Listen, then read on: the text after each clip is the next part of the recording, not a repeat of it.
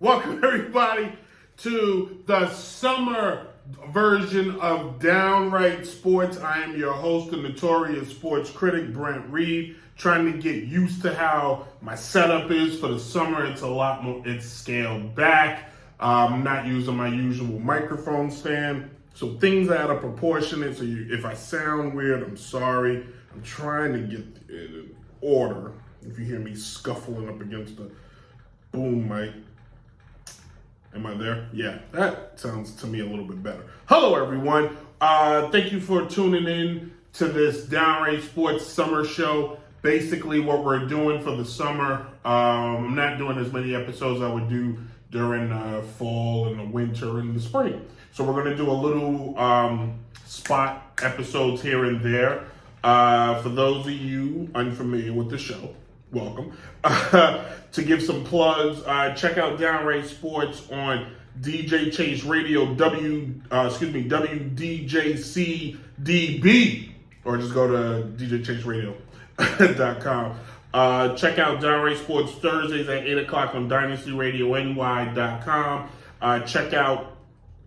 Listen to the show. I gotta stop saying check out. Listen to the show on Fab 94.5 The Hits on Saturdays at 9 a.m. and then listen to the show Track Radar Radio at 3 p.m. on Saturdays. And now Downright Sports' new home we premiered this past Sunday. Yeah, we premiered this past Sunday on She Real Radio at 1 p.m. on Sundays. A lot of different places for this little old show.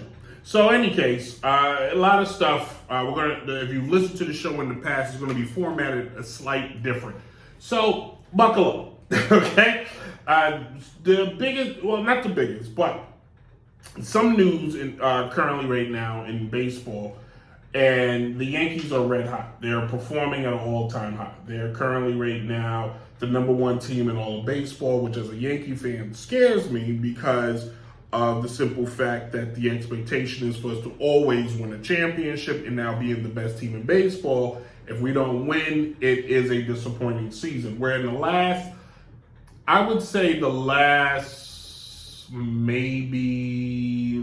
10 years, there are maybe two teams that were put together that people went, oh, that team should win. But for the most part, the Yankees have been winning and people can't figure out how. They're like, ooh, how are they getting that done? Where is that coming from?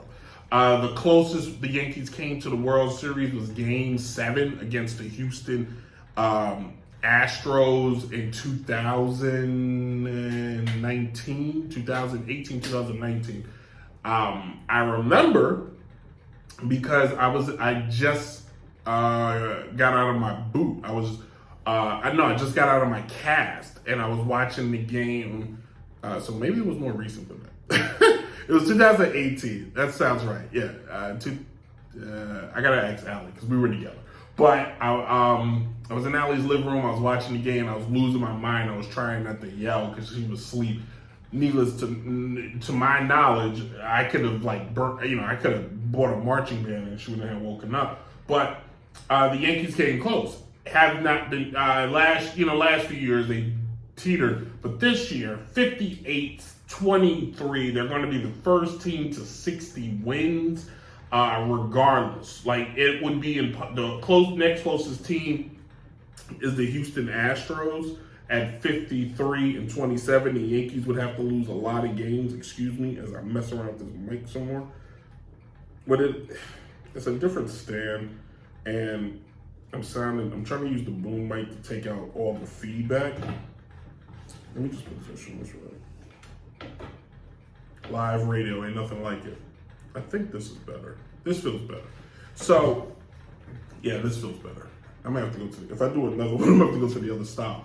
But currently, Yankees did lose to Pittsburgh yesterday, but they're the best team in baseball. They have the best offense currently right now. Their pitching is one of the best in all of the games, starting, bullpen, and that's with Chapman just, not performing the way we would expect a guy of his caliber to perform. Chapman is the closer, he's supposed to be. But we don't know if it's age. Fans don't know if it's age, if it's fatigue, if it's an injury. But currently, right now, he's having a rough go at it. I don't know how I was changing the stats in the NBA stats. But in any case, the Yankees have either during the season or next season, or during the season or at the end of the season, they have a very tough decision they need to make. They need to make a decision to resign Aaron Judge, who's been on the team now for just over 10 years. I want to say just under 10 years. Aaron Judge, 7 years. 7 years. He's only been on the team 7 years. The question is posed, do you back up the Brinks truck and pay the man, or do you let him leave? Now, Judge is having an MVP-like year. The problem with baseball, unlike basketball, unlike football, players rarely,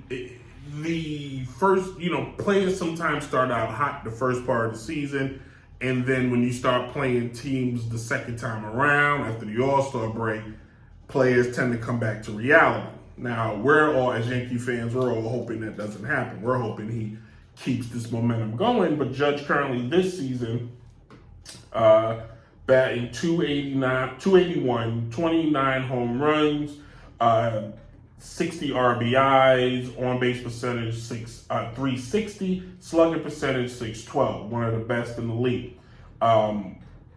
To give you an idea where he ranks amongst his peers, Judge, we don't want, just give me American League. They're trying to make this. But he's leading the league in home runs completely. He's the leader in home runs. He's currently right now in the batting race. He's not in the top 5. He's barely probably in the top 10. But it doesn't matter. In RBIs, he's second behind Jose Ramirez. So those are categories to me that matter. Home runs, RBI. That means you're supplying runs. You're bringing guys in. I don't go into all that other analytic stuff like who's got the best WAR, any of that. Like, that doesn't matter. Is he hitting the ball? Is he putting the ball over the wall? Is he scoring runs? That's ultimately what it comes down to. And this year, and in past years, Judge has not been a scrub. Aaron Judge has not been a poop butt player. He has not been, his career numbers, 187 home runs, 270 batting average, that's solid. 426 RBIs. His on base percentage is 383. Slugging percentage is 561. Historically, I don't know where he ranks. I didn't look into that. But where his impact is, where he impacts the Yankees is on a different level. Aaron Judge he's the face of the team. Not to mention, he may be the face of the league, where Mike Trout is barely seen because they never make the playoffs. And then other players like Jose Tatis Jr. is still so young. Vlad Guerrero Jr. hasn't really made the playoffs. He's just earning his stripes. And then if you want to go Shohei Ohtani, maybe he's there, but again, his team doesn't really make the playoffs. Great player, but his team doesn't really make the playoffs. So it's really, Judge's to have. Judge has that Jeter factor. The Yankees, I don't know if they need to give him $500 million. I think, nope, that's absurd.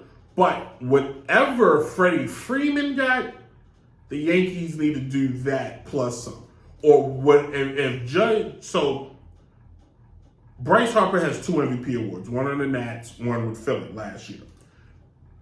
It's hard to compare him to Bryce because, like I said, Bryce got 2 MVPs, but Bryce has barely made the playoffs.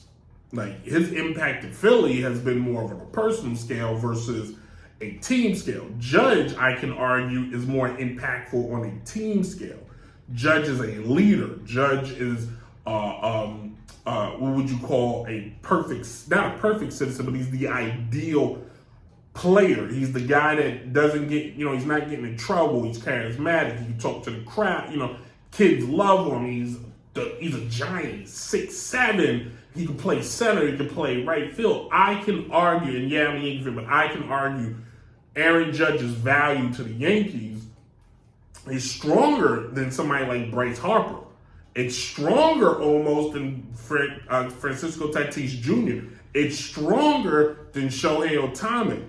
He's not the same player Mike Trout is, but you got to say to yourself, hey, this guy's got us in the playoffs constantly. He's always in the MVP conversation constantly. He's an all-star constantly. He's leading the league. He's the top all-star vote getter, home run derby champion. He puts on a show. He's part of the Twin Towers, him and Giancarlo Stanton.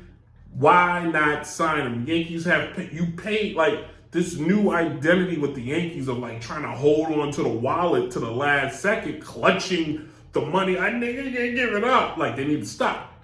Pay the man. It's just that simple. You're the New York Yankees. You need a Showtime-like player. He is a Showtime-like player. When the lights is brightest, when the stage is the rightest, that's not a real word, Aaron Judge is the guy. You need, repay players, because Aaron Judge currently right now is, how old is he? Give me the age. I think he's like 31. He's 30. He's not even 31. He's 30 years old. And I'll wrap up. This new concept of, guy at 30, we're not going to pay him, is stupid. It's the dumbest thing I've heard, and it's the reason for it is stupid. Everyone knows, other than football, other than a running back and wide receiver in football, in basketball and in baseball and in hockey, when a player from 27 to around 33, 34 is when an athlete has finally put it together. It's where they take all the skills that they were born with and they take the knowledge that they learned while getting to that point. And now, at that 27 to 34-ish mark, the player has now put it all together and has become complete. Yeah, I know. Well, what about all these young guys? Yes, we get it. But go back and pay attention to a lot of younger guys. They're good early and get hurt early. Steven Strasburg, all right? Everybody anointed him. They prayed at the altar of all Steven, or as Tony Kornheiser likes to call him, the orchid. Steven Strasburg has not pitched. Well, he's not pitched since they won the World Series. And he came back and left again. He's got like a rib thing. It's just not worth it. And if you can justify giving Max Scherzer a ton of dough at the age he is, Justin Verlander a ton of dough at the age he is, then there's no reason the Yankees can't pay Aaron Judge. There's just no argument for it. And if you're the Yankees, can you afford for Aaron Judge to sign with Boston? Can you afford for Aaron Judge to sign with the Mets? Like, I'd rather him suck for us than go be great for somebody else. Because playing in New York is a lot of pressure. It's a lot to take in. Imagine him signing like the San Francisco Giants because he's from out there, or signing with the Los Angeles Angels. Yeah, he'll probably have like a great 1-2, but you don't want that. And then on the alternative, to play devil's advocate, there's the Albert Pujols. Pujols went out to LA. Nobody remembered his name.